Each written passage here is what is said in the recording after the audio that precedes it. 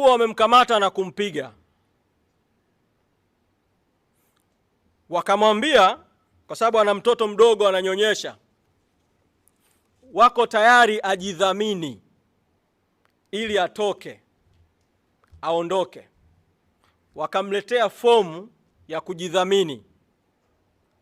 Ukitaka kujua kwamba kulikuwa kuna nia ovu kubwa kwake, fomu yake yeye ya dhamana haikujazwa kwa utaratibu wa kawaida tu wa mtu kusaini kwamba nimejidhamini. Wakamwambia aweke fingerprints, alama za vidole kwenye fomu ile ili kuwe na ushahidi wa kwamba amejidhamini. Alafu walivyomaliza kuchukua hizo alama zote, badala ya kumruhusu kuondoka kwenye kituo cha polisi, wakamrudisha ndani ya kituo cha polisi cha Central.